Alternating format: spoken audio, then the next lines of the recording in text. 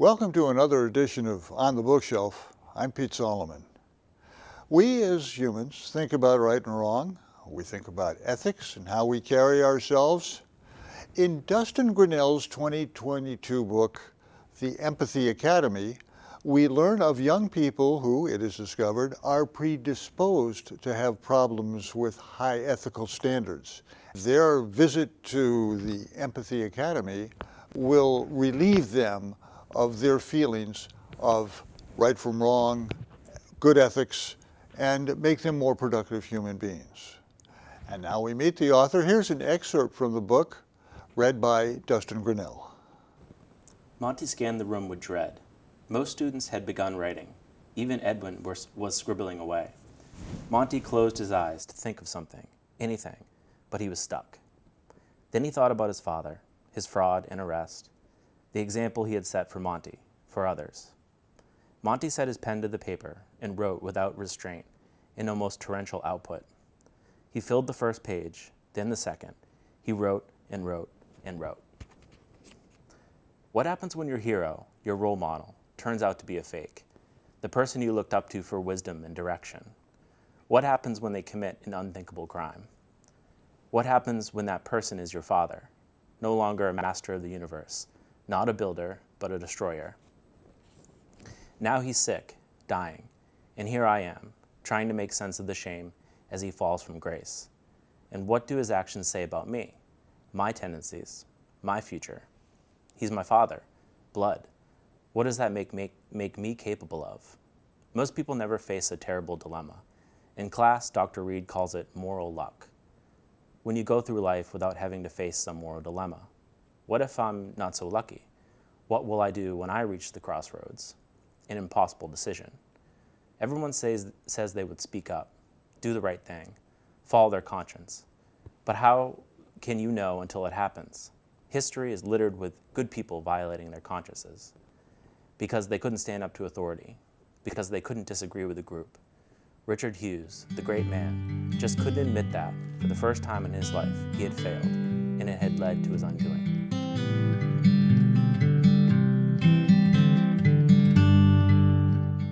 Dustin Grinnell, thank you for sharing an excerpt from your 2022 novel, The Empathy Academy. And thank you for joining us on the Bookshelf. Thanks for being here. Thanks for having me. You grew up, I understand, in the White Mountains and had an outdoor boyhood. I did. And ultimately you wound up climbing Mount Kilimanjaro. You have a very wide and varied background, and I assume that as a writer, your life experience is a big factor in your success. It is, yeah. I think that many writers and artists in general draw from their own experiences to make their art, and certainly some of my adventures in the past have been grist for the mill. Climbing Kilimanjaro was a an extraordinary experience, and it left a big impression on me, and that's one thing I have written about before. I look forward to talking to you about your book. But let's digress for just a moment and talk a little bit about your educational background, which is most interesting. You got your BA at Wheaton College in psychobiology. You got your master's at Penn State in physiology, and you went in pursuit of your MFA in the Solstice program. You wrote this book while you were in grad school, right? I did. Yep. The Solstice MFA program is based here in Boston, and it was a 2-year program, and I wrote the majority of the book during that period. And so numerous drafts went through the workshops with my students, and my mentors looked at all the pages, and I would say, 80 to 90% of the book was built in that very intense period of learning the craft of writing at that program. Back in your New Hampshire boyhood, did you think about being a scientist, or did you think about being a writer, or did you alternate between the two? What was that like? I mean, I think when I was really young, I was very interested in astronomy, and I was interested in like cosmological sciences, the beginning of the universe. I was very kind of, I had the big questions in my head, and then I think where it really where I started to get more practical in high school. I just never found an outlet for those interests. And so I remember taking a Myers-Briggs test and came out of the personality test with the outcome that I would be a good physician, a good doctor. And I feel like I regret that choice that I made, because it sort of set me up for the next 8 to 10 years.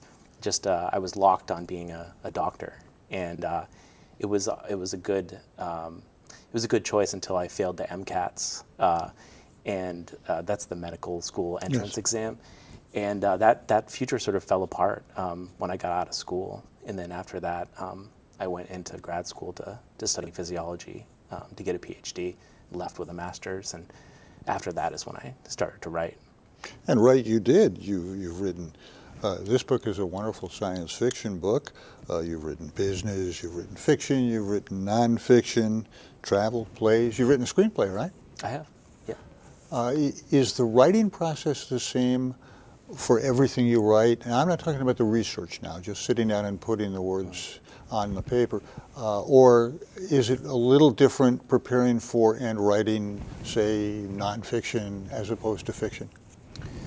It's all for me starts with something I'd like to explore, some idea, and if it happens to be something about myself, if it's like an introspective impulse, then I will probably pursue a personal essay. So Interesting. if I'm in therapy and I stumble upon an interesting insight in an interesting psychological theory, it may grow into something I want to think about more, and it will start to turn into a story, and it may be months or a year or two in some cases, where I'll just start a note in my phone, and that will have the title of the story probably, and I'm just putting ideas into that file.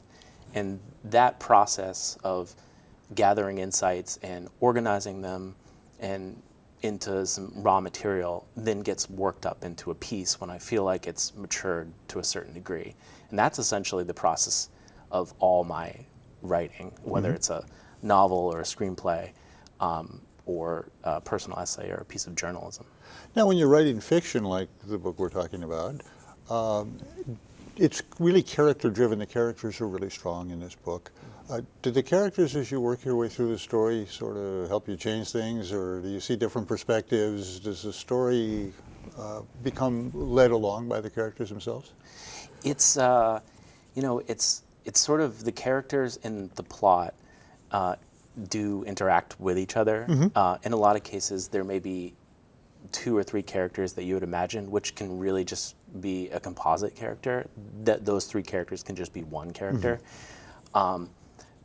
But the plot and the sequence of events and the story you're trying to tell and the characters, they work off each other so much. So if one character is going through something, you may have to change the plot in order to resolve some internal struggle, and so you're always having to kind of nothing is static in a story, not the characters or the plot. They're completely fluid, and you're always having to change things and go back and forth and rejigger and revise. Which is what makes writing a challenge, right? It makes it a major challenge, yeah, because it's completely open-ended. When you see a book and you open it, there's a sense of inevitability to the story, a sense of, oh, it had to end that way, or it had to open that way. But often you open a story wrong the first or second try. I started this book with a TV interview between the antagonist Sonia Woodward and in just a news service, and I thought that was a good way to kind of introduce the theme, introduce some of her ideas. But ultimately, in thinking about the story more and workshopping it, that wasn't the best way to open the story. So I removed that interview, and now she doesn't show up until like page 30. And so that has a different effect on the reader. There's more kind of intrigue and mystery seeing her later down Sure. the line and having her talked about rather than to come into the present day. So yeah, the story is constantly mutating. Well, Dustin, let's open the Literary Titan Book Award winner, the Empathy Academy, and talk a little bit about the opening lines that precede the book. I actually went back and read them again because I was not familiar with the 19th century Swiss philosopher Johann Heinrich Pestalozzi. But the quote that you present before the book even starts turns out to be perfect. And the quote is, "You can drive the devil out of your garden, but you will find him again in the garden of your son." Yeah. How did you find that?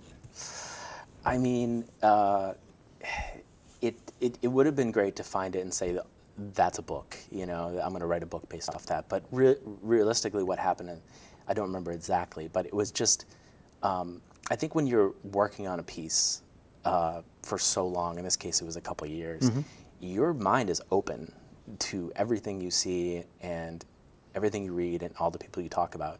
And this quote just floated in. I don't remember when it happened, but I knew instantly it was the epitaph for the book, because Indeed. it perfectly dramatizes the protagonist's struggle, which is overcoming the kind of emotional inheritance he's getting from his father. Sure. Yeah. You introduced us to Monty. It's 2032.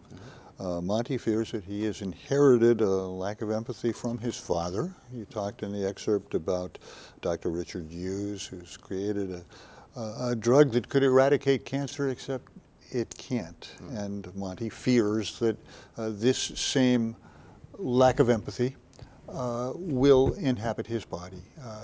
Was that the starting point as you began to think about the book? That was.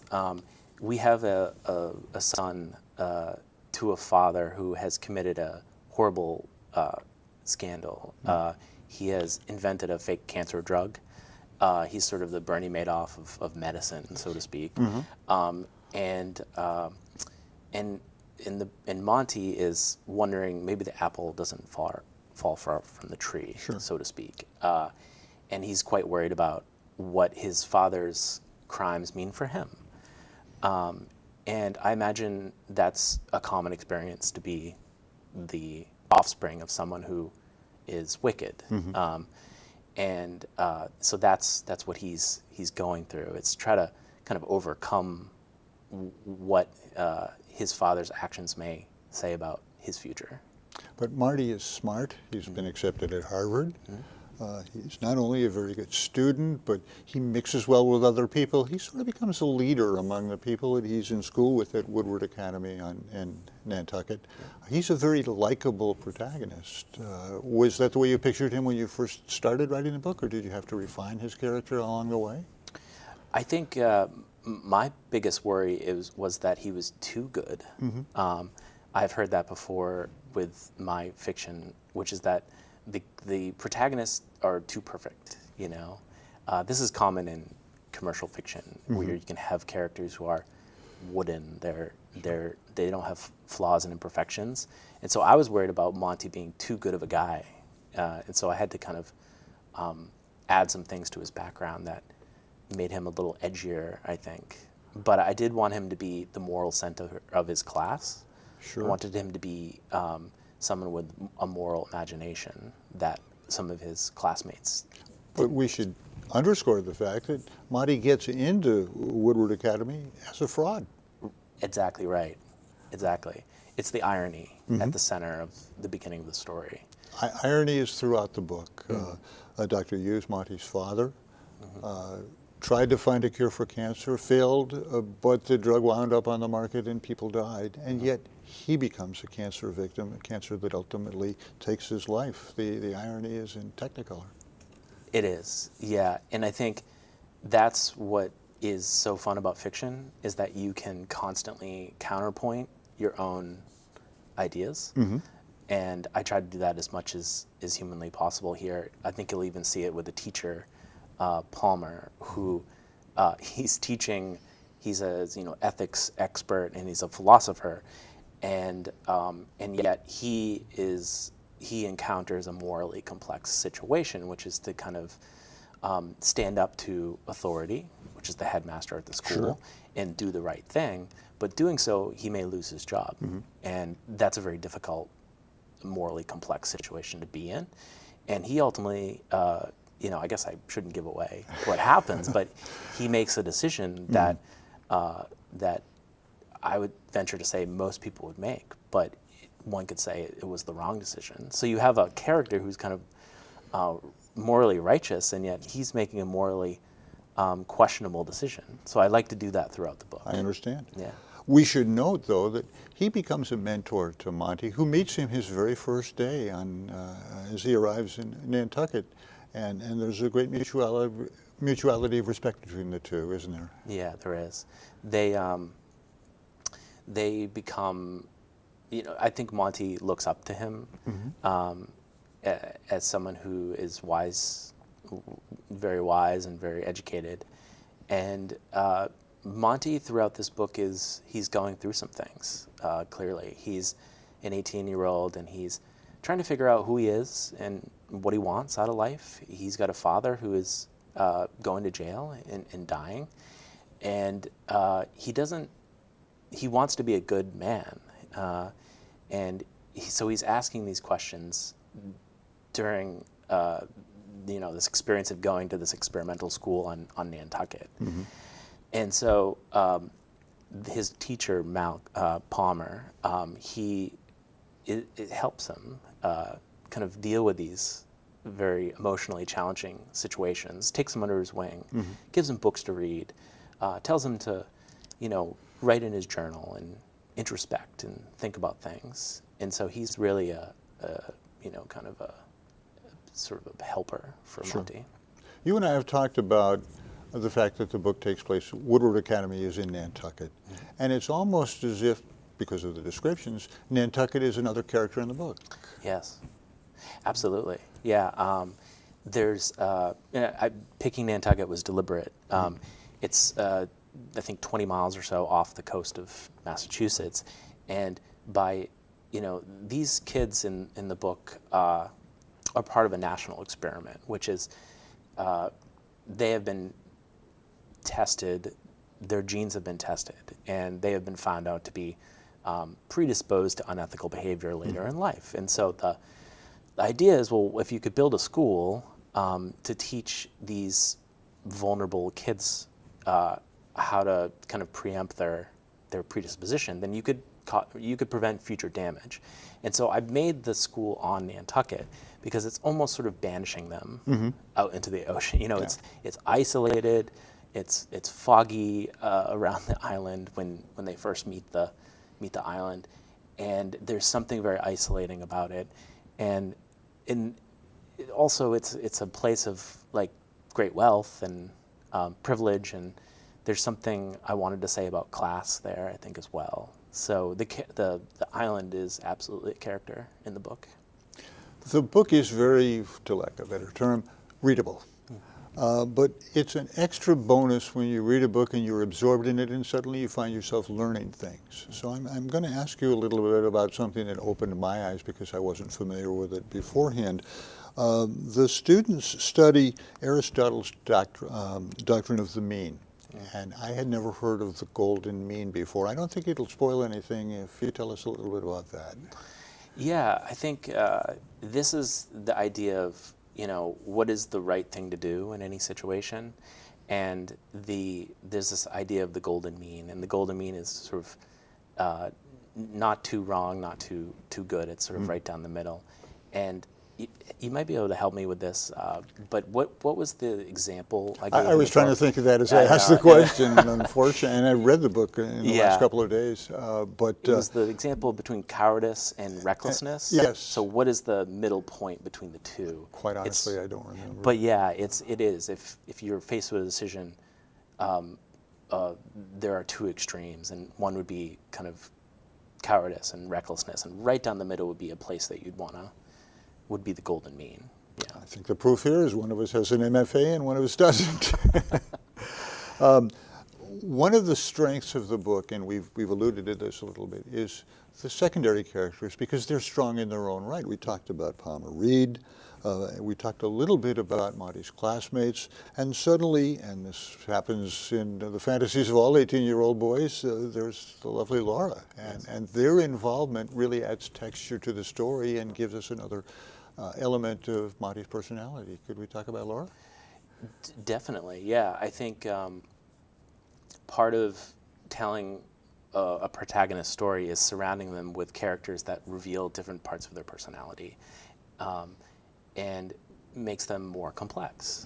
So in this case, Laura is the love interest, and they meet and become sort of intrigued with each other. And Monty grows feelings toward her, and she grows feelings toward him, and they ultimately enter into a relationship. And I think that is a subplot that I wanted to explore in this coming-of-age story.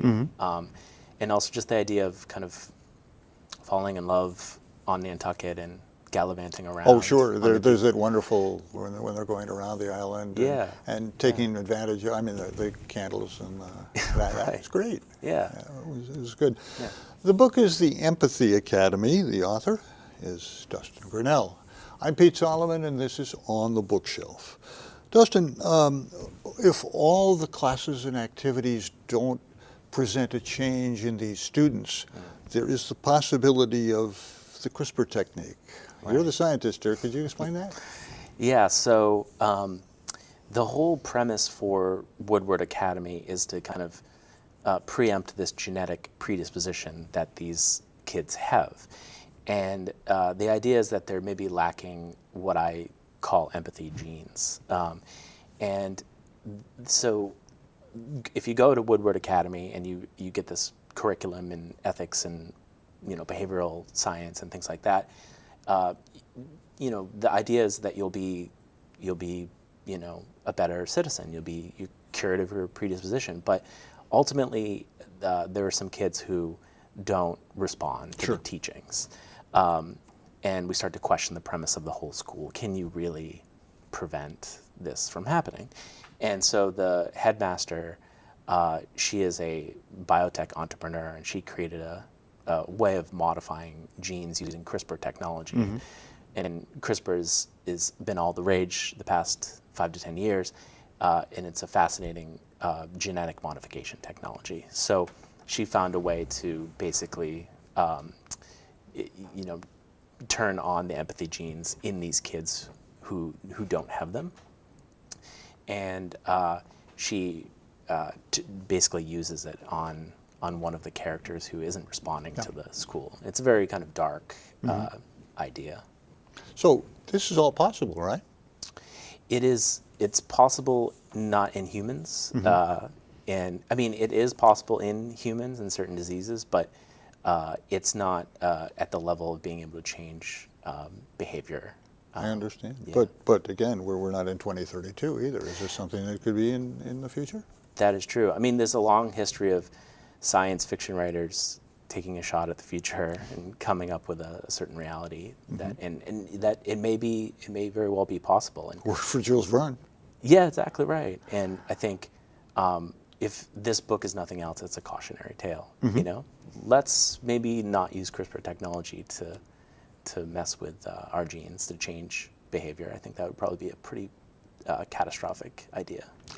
The book reaches a tremendous crescendo. We should note that Dr. Woodward and Monty's father have some history, and I don't want to give it away, and of course neither do you, but there's a huge storm. There are people whose lives are in peril, and this book has a tremendous ending. Did you have this ending in mind when you started the book, or did you modify it as you worked on the book? How is this the way you envisioned it initially, or did you have to make some moves along the way? A little bit of both. I ultimately did outline it, and so I knew what was going to happen at the end. I knew there would be a face-to-face of the antagonist and protagonist, of course, and I wanted that to be kind of like a parents' night, where the parents come back to sort of see the progress of their kids. And I knew that all the subplots would have to be resolved and such. So yeah, I thought that the whole premise for the school was questionable. So I thought it probably would be best to close it down. And yeah. As a writer, when you're writing this stormy scene, Yeah. when people are hanging on for dear life, they're trying to escape, do you see sort of a movie rolling in your head? Is that how you picture it? Yeah, definitely. There's something very cinematic about it. I don't picture it in my head, but it's all very conceptual to me. No question. I'm a movie lover, and so films do the structure of films and how their act structure and how they, have dramatic climaxes. These have influenced my writing very much. So a lot of people have read the book and said it feels like a movie. It does? Yeah. Now, this is the third book of your 2.0 series. But were they published in order of the way you wrote them? They were, yes. Yep. So you wrote the first two before you went to grad school? I did. Wow. Yeah. And I did that because I wanted to grow and keep exploring the craft. And ultimately, I think going to grad school was a good decision because I felt that my first two books were sort of mimics of my idols, which were Michael Crichton and other science fiction authors. And I think that's very common for artists, is to kind of copy and take inspiration from the writers that you grew up on. And when I was in school, though, I think I departed from Crichton's style to find a voice that was a little bit more authentic to me, something a little bit more contemplative and less, commercial. So we're talking about 3 books, successful books that you've written. What's next? Yeah, so I have a book coming out next year. It's a collection of short stories, and I also started that in grad school, which is I think that's a testament to changing my style a little bit and thinking about a new voice. So those are coming out next year, and I'm in the process of packaging those up, and then I finished my next novel as well. So I'm going to try to get out on the market next year as well. Well, good luck with those projects. We look forward to reading your next work. Oh, thank you. And we've been delighted to have you along. Dustin Grinnell, the author of The Empathy Academy. Thanks for the visit, and best of luck in your future endeavors. Yeah, thanks so much. Thank you. And I'm Pete Solomon. Thanks for joining us on this edition of On the Bookshelf.